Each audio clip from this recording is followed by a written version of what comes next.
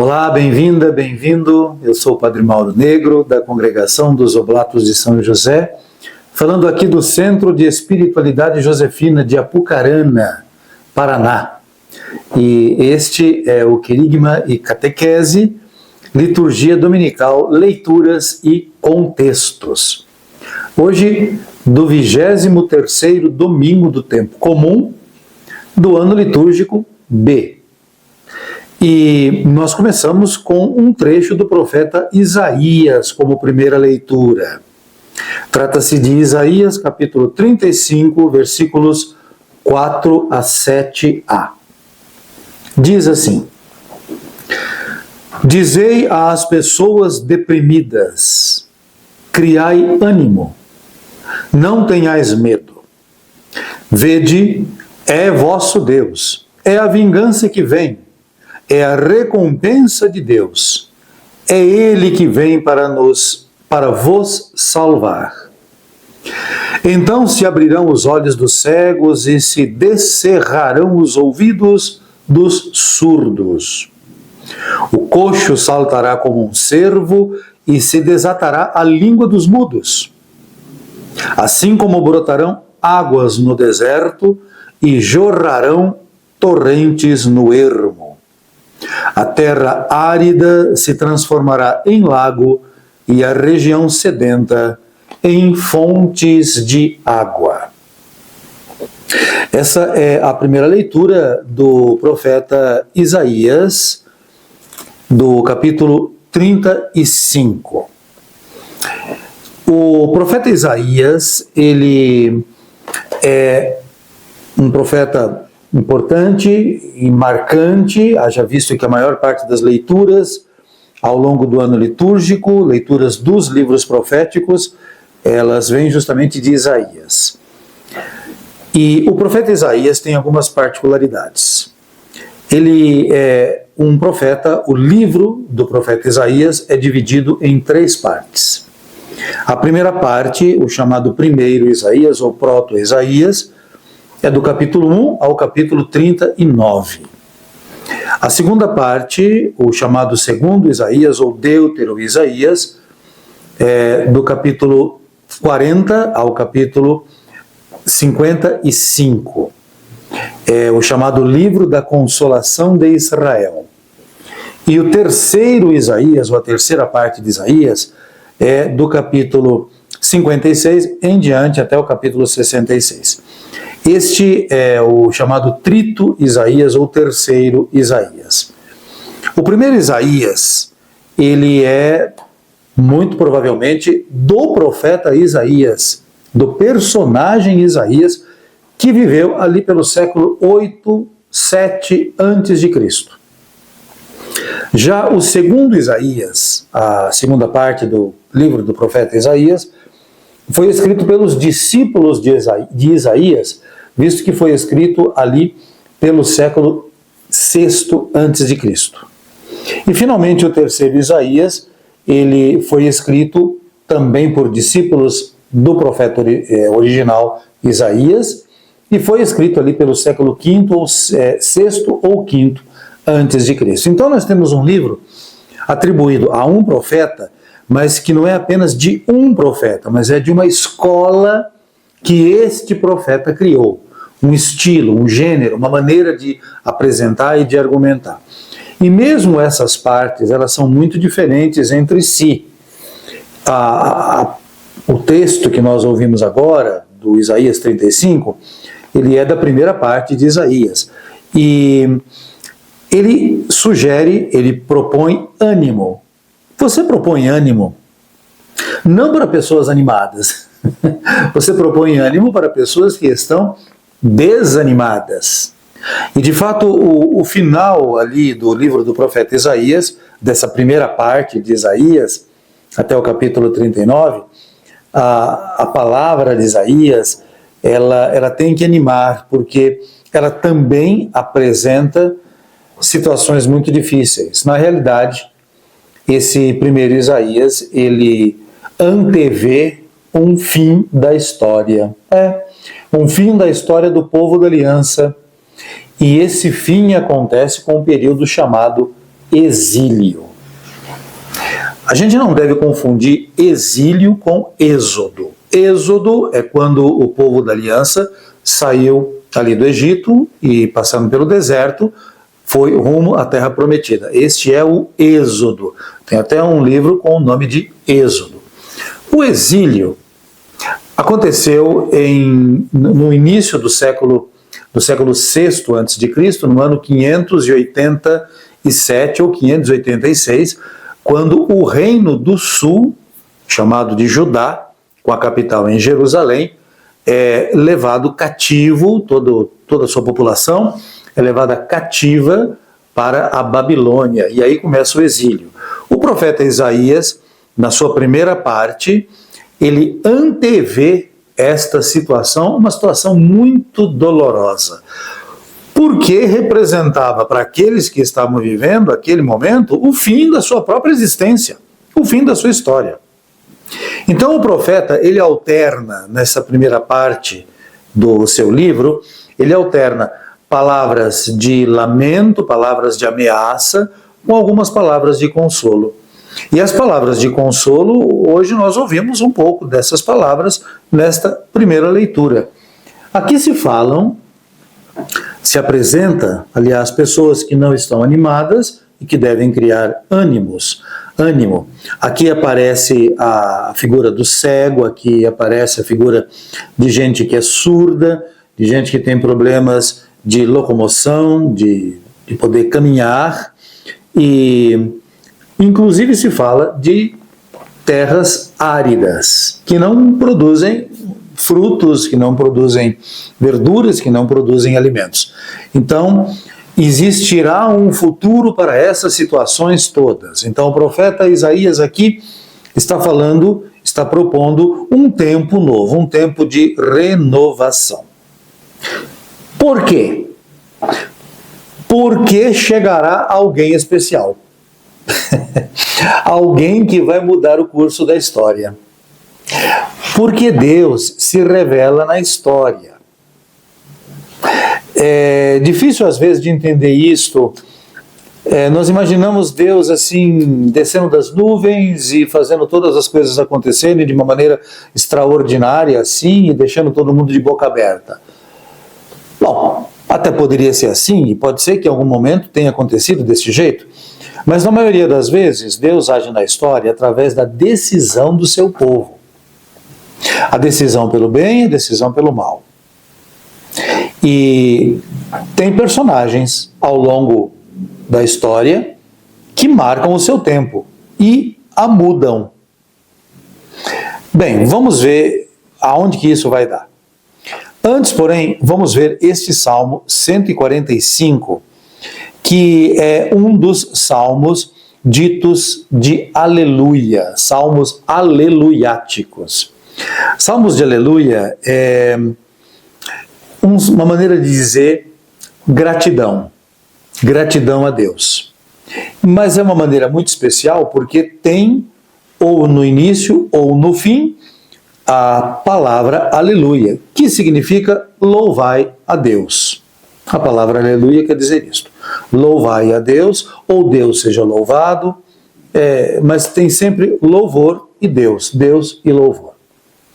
E o refrão, que pode ser aleluia, aleluia, aleluia, também tem a possibilidade de ser: bendize, ó minha alma, ao Senhor, bendirei ao Senhor toda a vida. E são 3 estrofes. O Senhor é fiel para sempre, faz justiça aos que são oprimidos, Ele dá alimento aos famintos, é o Senhor quem liberta os cativos. O Senhor abre os olhos aos cegos, o Senhor faz erguer-se o caído, O Senhor ama aquele que é justo. É o Senhor quem protege o estrangeiro. Ele ampara a viúva e o órfão, mas confunde os caminhos dos maus. O Senhor reinará para sempre. Ó Senhor, ó Sião, o teu Deus reinará para sempre e por todos os séculos. O Evangelho é de Marcos e do capítulo 7, versículos 31 a 37. E apresenta o seguinte: naquele tempo, Jesus saiu de novo da região de Tiro, passou por Sidônia e continuou até o mar da Galileia, atravessando a região da Decápole. Trouxeram então um homem surdo que falava com dificuldade e pediram que Jesus lhe impusesse a mão. Jesus afastou-se com o homem para fora da multidão. Em seguida, colocou os dedos nos seus ouvidos, cuspiu e, com a saliva, tocou a língua dele. Olhando para o céu, suspirou e disse: Efatá, que quer dizer, abre-te. Imediatamente seus ouvidos se abriram, sua língua se soltou e ele começou a falar sem dificuldade. Jesus recomendou com insistência que não contassem a ninguém. Mas quanto mais ele recomendava, mais eles divulgavam. Muito impressionados diziam: ele tem feito bem todas as coisas. Aos surdos faz ouvir, aos mudos falar. Esse trecho do Evangelho segundo Marcos é um trecho bastante interessante, bastante importante, porque ele está justamente no final de uma etapa da vida pública de Jesus. E nesta etapa, a fama de Jesus, o prestígio de Jesus, parece que está crescendo, está em alta. E isso vai até o momento em que ele se encontra com os seus discípulos e na região de Cesareia de Filipe, e ele faz a pergunta: o que estão dizendo por aí que é o Filho do Homem? Ele se refere a si mesmo. Então as respostas são sempre na linha da profecia. Estão dizendo que você é Elias, João Batista, é um dos profetas. Né? Isso em Marcos. Em Mateus é também quase a mesma coisa. Elias, João Batista, Isaías, Jeremias ou um dos profetas. Em Lucas é que nem Marcos. E aí Jesus pergunta: mas e vocês? O que vocês dizem? Quem que eu sou para vocês? E aí Pedro responde: tu és o Cristo, tanto em Marcos quanto em Lucas. E no caso de Mateus, Jesus responde, Pedro responde: tu és o Cristo, o Filho do Deus vivo. Tá, logo depois tem um diálogo, né? Um diálogo interessante com os discípulos, varia um pouquinho de Marcos e Lucas em relação a Mateus, varia um pouquinho a sequência. Logo em seguida, Jesus anuncia pela primeira vez a sua paixão. E os discípulos parece que reagem com isso. E um pouco mais para frente, Jesus tem a transfiguração. E quando ele desce do monte, aonde ele foi transfigurado, ele volta a falar da paixão. E então todo aquele prestígio que Jesus está adquirindo, como que decolando, Jesus de repente começa a descer. Porque ele começa a falar de sofrimento. Ele começa a falar de coerência, ele começa a falar de compromisso até as últimas consequências. Essa é a questão. Nós muitas vezes queremos tudo de bom. Bom, quem não quer tudo de bom? Todo mundo quer, né? Eu também. Mas nós esquecemos que para haver tudo de bom tem que haver muito trabalho. É muito empenho. As coisas não caem do céu assim automaticamente. Nem para o povo da aliança isso acontecia. Afinal, nós temos inteligência, liberdade e vontade para quê? Para transformar a história, para transformar a natureza, para transformar a nossa própria vida. Então, isso exige empenho, exige trabalho, exige discernimento para trabalhar na direção correta, para fazer as ações certas. E isso tudo exige de nós decisão, força. Pois é. Jesus toca um homem que está com um problema físico grave, a surdez, e por conta de ser surdo, ele fala com dificuldade. Porque uma coisa está ligada com a outra. E ele liberta esse homem. E isso é o máximo. Jesus, como eu acabei de dizer, está subindo, está decolando. Então, está fazendo muitos milagres. E isso está chamando a atenção das pessoas. E a fama dele começa a ser esparramada para todos os lados. E tem um problema aqui. Jesus sabe que quanto mais eles conhecem algo a respeito dele, eles vão buscá-lo por aquilo que ele pode fazer em benefício dos outros. Não por aquilo que ele efetivamente é, mas por aquilo que ele faz. E esta fama pode ser também a sua ruína. Porque ele sabe muito bem que o final de um profeta é sempre trágico. O final do Messias, então, como ele propõe, é muito mais trágico. Isso porque Jesus não propunha um Cristo, porque Messias é Cristo, Cristo é Messias. E o que é isso? Um personagem especial, que faz as coisas ser também especiais. Jesus não propunha um Messias, um Cristo, de vitória, sucesso, prestígio. Jesus propõe um Messias servo. E isso não é fácil de ser entendido por aquelas pessoas. Aliás, até por nós, né?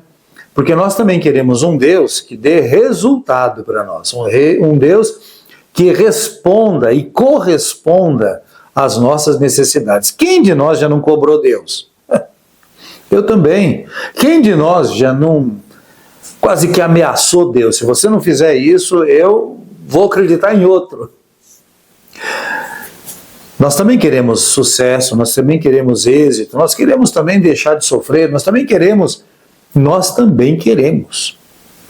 De maneira que, às vezes, nós também devemos cair do cavalo e perceber que a experiência que nós temos com o Deus que nos acolhe, que nos chama, que nos envia, esse Deus nos propõe uma experiência muito mais rica do que aquela experiência de uma criança que sempre recebe brinquedos ao longo da vida inteira.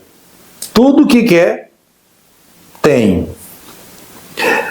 Tem uma melhor fórmula para fazer um bandido do que dar tudo o que a pessoa quer para ela?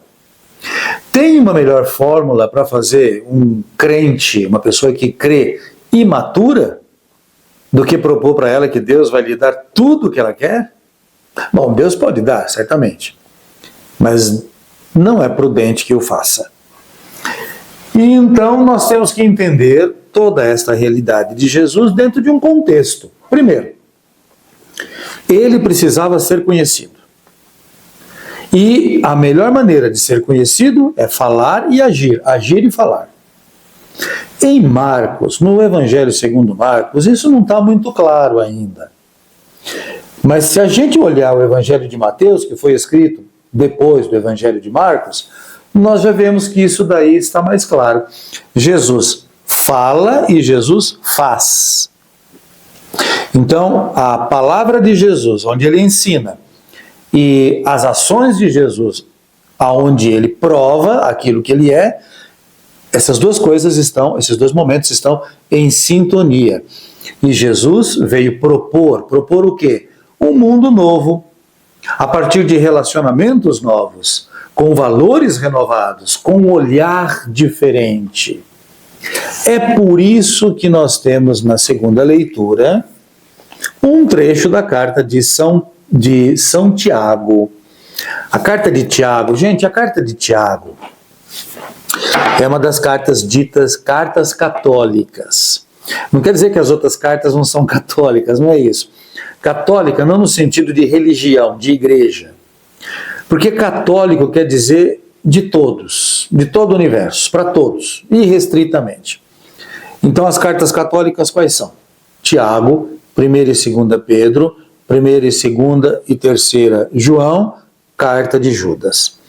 A gente coloca também a carta aos Hebreus, mas a carta aos Hebreus na realidade não é carta católica, é para os hebreus. Mas enfim, tem essas cartas aí, e a carta de Tiago é uma delas, que ela tem uma visão mais abrangente da realidade. E a carta de Tiago, olha, eu acho que se tem uma carta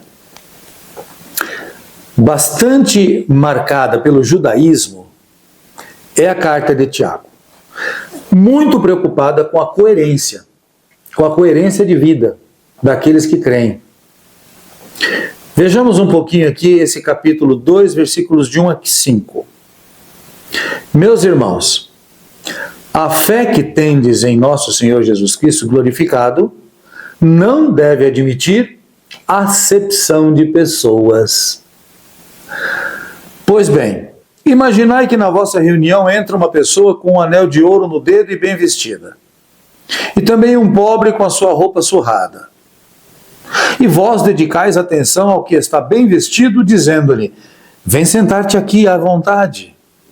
Enquanto dizeis ao pobre: fica aí de pé. Ou então, senta-te aqui no chão, aos meus pés. Não fizestes, então, discriminação entre vós? E não vos tornastes juízes com critérios injustos? Meus queridos, escutai. Não escolheu Deus os pobres deste mundo para serem ricos na fé e herdeiros do reino que prometeu aos que o amam? A última frase da carta que nós acabamos de ouvir é uma frase retórica. Ela implica numa resposta positiva. Sim, escolheu Deus os pobres deste mundo para serem ricos na fé. Sim.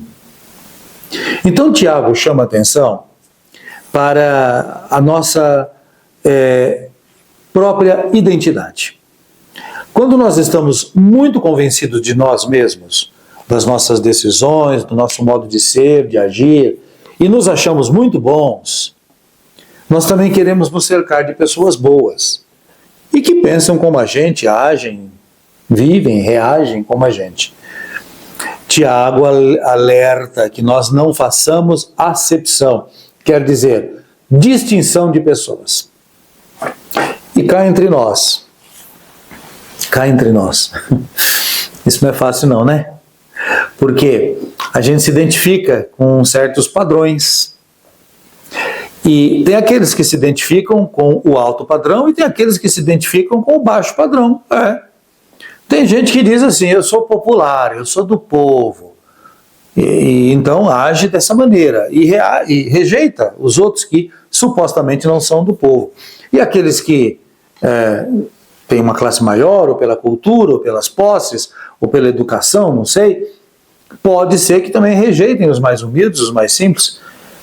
Tiago lamenta toda esta situação e dizendo que Deus escolheu os pobres, e às vezes para algumas pessoas é difícil engolir isso, porque isso parece conversa de certas maneiras de fazer teologia, de certas pastorais ou de certas ideologias.